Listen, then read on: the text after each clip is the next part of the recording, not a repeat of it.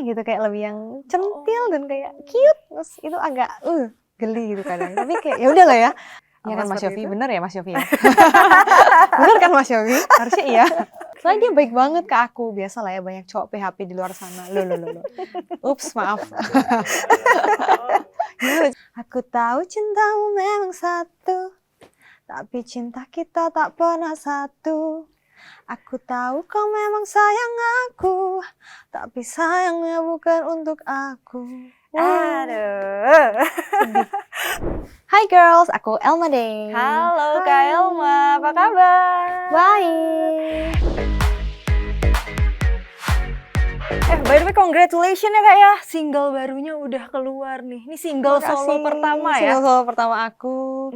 Setelah solo yang debut kemarin duet, sekarang solo. Judulnya Tapi Sayangnya. Tapi Sayangnya, dan dalam 3 bahasa. Oke, dalam 3 bahasa. Tapi sebenarnya lagu Tapi Sayangnya ini Kak, ceritanya tentang apa sih Kak?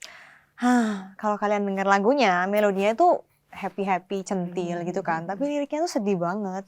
Kayak tentang 2 orang yang saling sayang tapi nggak bisa bersatu gitu. Jadi sayang tapi mungkin ada situasi tertentu yang tidak memungkinkan mereka untuk bersama gitu ya. Sedih banget sih sebenarnya. Complicated. Gitu. Sedih tapi musiknya upbeat ya, Iya. medium beat ya. Betul. Oke. Nah, tapi kan ini single solo pertama kamu ya Kak ya. Sebelumnya duet sama Kak Christy ya. Betul. Nah, ada kesulitan nggak sih Kak? Atau kamu mungkin lebih suka solo atau mungkin duet malah lebih susah apa gimana? Sebenarnya dua-dua aku suka karena memiliki kelebihan sendiri-sendiri ya kan. Kalau duet itu rame ada temennya. Kalau promo kayak Hai Christy, kita kayak sama-sama happy-happy gitu. Terus bisa belajar banyak dari Christy waktu itu kan dia lebih senior juga kan di dunia musik. Kalau solo pastinya awalnya lebih tegang ya karena kan bingung kayak aku harus gimana gitu. Terus tapi solo sih aku lebih bisa menunjukkan warna asliku kayak sebagai Elma Day gitu. Dan aku harap orang bisa melihat itu sebagai solois Elma Day. Tapi ada kesulitan nggak Kak? Apa yang membedakan mungkin? Yang benar-benar paling beda gitu? Mungkin selain kehadiran ada satu orangnya lagi ya. Apa yang paling beda Kak dari sebagai solois? Kalau solois itu lebih banyak kelebihan menurutku ya. Bener ya? Kalau kekurangannya mungkin kadang bingung harus tanya siapa atau harus lebih bersikapnya harus lebih apa ya? Lebih tegang gitu ya kadang ya. Tapi kalau kelebihannya lebih banyak sih menurutku karena misalnya nyanyi salah nggak ada yang tahu tuh kan. Tapi kalau duet, salah fales. Misalnya aku part nada yang tinggi terus aku salah lah ketahuan dong gitu. Kayak nggak sinkron gitu. Jadi malah Kak Elmanya lebih suka kalau solo ya? Dua-dua suka sih. Tapi kalau solo mungkin sekarang lebih solo dulu ya. Karena kan lebih bisa menunjukkan Elma Day gitu. Oke. Nah, tadi Kak Elma dari awal tadi udah ngomong ada format 3 bahasa sekaligus. Bahasa Indonesia, Korea, Jepang. Oke, kenapa sampai harus 3 Kak? Kenapa nggak Indo aja? Kenapa ya? Biar lebih seru ya. Terus aku kebetulan suka K-pop gitu.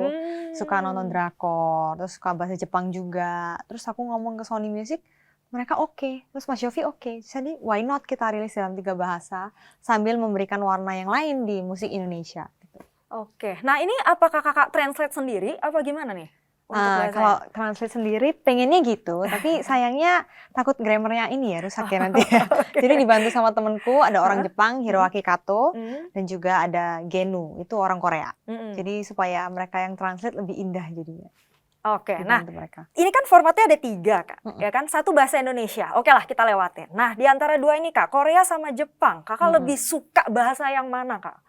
Suka bahasa mana ya? Kalau suka karena sekarang lagi drakor, lebih suka Korea. Lebih suka Korea. Jepang lebih susah dipelajarin menurutku kanji ya, lebih susah. Kalau Korea karena lebih sering denger, lebih ngerti lah mereka ngomong apa, lebih bisa ngomong dikit-dikit gitu. Tapi berarti dari ketiga itu yang paling susah Jepang Kak berarti? Jepang di bahasanya, tapi sebenarnya kalau untuk tingkat kecentilannya tuh Korea susah menurutku. Karena yang biasanya kan suaraku agak ngebas gitu kan ya. Tapi di lagu ini yang untuk versi Korea aku harus lebih kayak gitu. Kayak lebih yang centil dan kayak cute. Terus itu agak geli gitu kadang. Tapi kayak ya udahlah ya. Harus gitu kan dibedain 3 bahasa, 3 negara lagi. Tiap negara memiliki ciri khas masing-masing. Di Jepang agak ngebas tuh normal gitu kan. Tapi kalau di Korea lebih yang kayak gitu. Terus kalau Indonesia aku mix dengan suara ngebasku dan suara centilku gitu. Oh, jadi ternyata yang beda itu bukan cuma bahasa ya Kak Bukan ya, cuma tapi bahasa. cara penyampaiannya juga beda. Oke, nah sekarang kita lanjut Kak. Ini kalau aku dapat apa namanya bocoran ya, thank you. Aku dapat bocoran nih Kak, katanya Kakak ini kerjasama sama Mas Yofi dan juga Mas Adrian ya. Iya, Betul. jadi lagu ini diproduseri oleh Mas Yofi Widianto dan juga Mas Kitut manggilnya Mas Adrian. Dan seperti yang kalian tahu, seorang maestro Mas Yofi cukup detail dan teliti kalau untuk dalam proses pengerjaannya, rekamannya, dan lagunya sendiri udah indah gitu, udah bagus. Jadi aku harus menyanyikannya dengan lebih bagus lagi gitu kan. Agak pressure awalnya, tapi untungnya Mas Yofi cukup sabar dan baik. Gitu. Tapi waktu pertama kali denger, perasaan Kakak gimana Kak? Pertama kali denger lagunya? Kayak, oh unik ya, kayak Mas Yofi bikin lagu gini, kayak tumben gitu, lagunya beda dari yang lain. Biasanya kan Mas Yofi lagunya lebih yang mantan terindah, mungkin yang Kahitna gitu kan, melo-melo ballad sedih. Tapi lagu Abidnya pun nggak secentil ini gitu. Kayaknya dia menyesuaikan dengan karakter aku sebagai seorang solois juga gitu. Oke, jadi bener-bener lagu ini dibuat untuk Kak Elma. Iya Apa kan Mas seperti Yofi, itu? bener ya Mas Yofi ya? Bener kan Mas Yofi? Harusnya iya. Oke, kalau untuk proses rekamannya sendiri Kak, makan waktu berapa lama sih Kak? Rekamannya sendiri karena 3 bahasa, kurang lebih 3 bulan sih. 3 bulan untuk 3 bahasa, 3 bahasa itu. Nah, Tapi untuk MV-nya dan produksiannya selesai di mixing mastering 6 bulan lah. Oke, berarti total semuanya 6 bulan, Iya. rekamannya aja 3 3 bulan. bulanan. Nah, yang aku penasaran Kak, tadi kan Kakak bilang ada centil-centilnya, tapi ini sebenarnya ngomongin hal-hal yang sebenarnya sedih gitu kan Kak. Nah, itu gimana Kak cara membangun emosinya Kak selama rekaman? Makanya itu awalnya tuh bingung banget sih jujur. Jadi awal tuh kayak gimana kurang centil, kurang centil. Terus padahal lagunya sedih gitu ya. Agak mikir sih kemarin, tapi untungnya kayak disedih-sedihin tapi tetap harus kayak gimana? Susah jelasinnya, harus diresapin tapi harus centil gitu ya. Apa mungkin nonton drakor gitu, drakor yang mana Kak? Ya membayangkan apa gitu? ada scene-scene drakor yang mungkin aku suka, yang ini lucu nih kayak bagian drakor ini. Terus ini kayaknya ada Nam Joo Hyuk atau siapa gitu. Ada sang lelaki di sebelahku gitu kan. Membayangkan mereka sih jadinya. Anggap aja ini lagu Korea OST gitu ya. Harapannya sih gitu ya. Jadi ya kayak gitu sih prosesnya kurang lebih. Prosesnya gitu. Oke, terus kan tadi ada bahasanya Korea, bahasanya Jepang. Apakah Kakak perlu riset lagi cara mereka nyanyi di sana bagaimana? Bagaimana? Kurang lebih aku dengerin lagi sih kayak J-pop gimana, K-popnya gimana. Dan yang aku temukan memang J-pop kebanyakan suaranya lebih ngebass rendah gitu. Cara nyanyinya tebel semua nyanyinya. Jadi aku kayak nggak perlu secentil Korea. Sedangkan Korea tadi aku harus yang ya kayak gitu. Kalau Jepang kayak Anata no ai kayak pakai bass. Soal tone nadaku ini masih oke gitu. Kalau yang Korea aku pakai tone nada yang kayak Jepang itu kurang kena gitu, kayak kurang gitu. Jadi aku harus lebih ekstra keras untuk yang Korea. Oke, tapi out of topic sedikit ya Kak ya. Boleh tahu nggak Kak lagu Korea yang paling Kak Elma suka dan lagu Jepang yang paling Kak Elma suka? Apa ya, banyak sih. Tapi kalau Korea, tadi aku lagi suka itu V, lagunya V. Yang Love Me Again. Oh oke. Ada apa Kak dengan lagu itu? Menurut Kak Elma kenapa Kak? Kayak seksi aja gitu. Dia tuh bawainnya nyanyinya seksi gitu V-nya, BTS gitu ya. Semua orang kan suka ya, gimana. Oke. Ya gitulah. Kalau Jepang aku suka Imase, suka yang atau yang Aimer. Tatoeba kimi no kao ni mukashi yori kayak gitu. Oke. Tahu nggak? Sih. Enggak. Soalnya aku kurang ngikutin Jepang Kak. Tapi kalau Korea masih oke. Oke. Oke, kita lanjut Kak. Nah sekarang ngomongin soal MV-nya Kak. Boleh ceritain sedikit nggak Kak soal konsepnya dan proses pembuatan? Konsepnya memang agak-agak Korean drama gitu ya.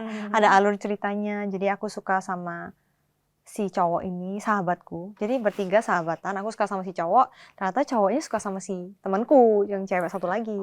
Padahal dia tuh baik sama aku gitu. Jadi aku kira dia sayang sama aku, tapi nyatanya sayangnya sama temanku gitu. Soalnya dia baik banget ke aku. Biasa lah ya, banyak cowok PHP di luar sana. Loh. Ups, maaf. Gimana, curhat ya, enggak ya? Jadi ya ceritanya kayak gitu sih, complicated gitu. Aku kira dia suka sama aku, tapi nyatanya dia pilihnya temanku. Itu pasti banyak yang relate itu. Jangan sedih ya teman-teman. Intensity Girls gitu. Nah, untuk prosesnya sendiri Kak, berapa waktu, berapa lama, di mana aja mungkin tempatnya? Kemarin syuting di, aku lupa namanya, di Jakarta kalau Mm-mm. tenang, di daerah Cilandak bukan ya, di studio gitu, ada kafenya, itu lucu banget. Jadi kita syuting atasnya tuh kayak studio, bawahnya ada kafe-kafe yang bisa kita pakai untuk syuting sekaligus gitu. Oke, Jadi jadi nggak usah satu tempat satu aja tempat, Kak? nggak usah Oh, pindah-pindah. Dan di studio dalamnya tuh bisa disetting lebih Korean vibe gitu. Jadi warm gitu dalamnya. Suka banget sih, seru di situ. Terus sehari aja Kak? Seharian dari jam 7 pagi sampai jam 12, jam 1 pagi kayaknya. Jam 1 pagi? Oke. Iya, agak lama sih memang syutingnya, 12 jam lebih ya. preparationnya. Iya. Oke, nah terus yang aku paling suka nih Kak, di sana tuh kamu ada ngedance begitu Kak, ada koreo-koreonya Ada. Kak ya. Koreonya juga lucu, centil-centil manis gimana gitu. Nah itu apakah koreonya kamu yang buat sendiri Kak, atau ada koreografernya? Nah, kebetulan dance-nya itu dibuat oleh Kak Eja. Oke. Kak Eja yang biasa sama Kak Agnes itu loh gitu. Terus kalau dance challenge-nya aku udah buat sendiri sih di TikTok. Jadi kalau kalian tahu dance challenge-nya, ikutin ya. Oh. Duh. Promosi. Tapi susah nggak Kak? Koreonya menurut Kakak susah nggak? Karena aku suka nari, untungnya nggak susah sih. Kayaknya Kak Eja menyesuaikan dengan aku juga deh. Kalau terlalu rumit kan orang fokusnya ke dance-nya takutnya. Jadi tetap harus yang simple, manis-manis yang bisa memperindah lagunya gitu. Oke, tapi kalau live nih Kak, apakah Kak Elma akan nari seperti itu? Pengen banget nari sambil nyanyi, biar keren gitu. Mungkin next time ya, kalau ada kesempatan. Kalau kemarin sih aku sempat festivalan, nari sendiri sih di panggung. Iya. Iya. Soalnya kan nggak ada back dancernya ya. Nggak kalau ada. itu ya. Next time pengen sih ada back dancer rencananya. Nanti aku tunggu ya Tunggu. Kak. Oke nih Kak, apa sebenarnya lirik favorit kamu dari lagu ini? Dan boleh nyanyiin Kak? Liriknya tuh banyak yang favorit aku. Tapi aku suka, bila ku pelangi, kaulah sang hujan yang harus pergi saat ku datang. Jadi kayak nggak pernah bersatu gitu ya. Pelangi dan hujan kan munculnya nggak bisa barengan ya. Jadi ya kayak aku dan kamu yang nggak akan pernah bersama. Sedih sih, tapi centil lagunya. Iya, sedih. Terus kayak refnya aku juga suka. Aku tahu cintamu memang satu, tapi cinta kita tak pernah satu. Aku tahu kau memang sayang aku, tapi sayangnya bukan untuk aku. Oke. Boleh No, dinyanyiin no. sedikit Kak, untuk refnya boleh. Aku tahu cintamu memang satu, tapi cinta kita tak pernah satu. Aku tahu kau memang sayang aku, tapi sayangnya bukan untuk aku. Aduh. Oke, sebenarnya apa sih Kak yang pengen kamu sampaikan Kak lewat lagu Tapi Sayangnya ini? Jadi untuk teman-teman yang pernah merasakan kisah seperti tapi sayangnya gitu ya, suka sama dia suka sama aku juga kayaknya gitu. Dia baik sama aku, tapi ternyata ya memang dia pilihnya orang lain atau emang complicated karena situasi tertentu. Jangan sedih, nikmatin aja prosesnya. Misalnya anggap aja itu pelajaran untuk kalian atau memang dia bukan untuk kalian. Cuman kalian tinggal menunggu seseorang yang tepat untuk kalian. Wis, mantap. Dibikin happy aja. Last one Kak, pesan ya, satu kata Kak untuk orang-orang yang harus dengerin lagu Tapi Sayang. Satu kata. Satu kata. Satu kata. Mantap. Mantap. Okay. Teman-teman jangan lupa dengerin single aku Tapi Sayangnya di semua digital streaming platform favorit kalian. Dan jangan lupa ikutin dance challenge-nya juga di TikTok. Aku buat sendiri loh guys. Jadi kayak ikutin ya. Aku tahu cinta memang satu, tapi cinta kita tak pernah satu. Aku tahu kau memang sayang aku, tapi sayangnya bukan untuk aku. Ya itu. Jangan lupa follow Instagram aku juga, TikTok aku elma.dae sama elmade. Thank you. Kumawayo.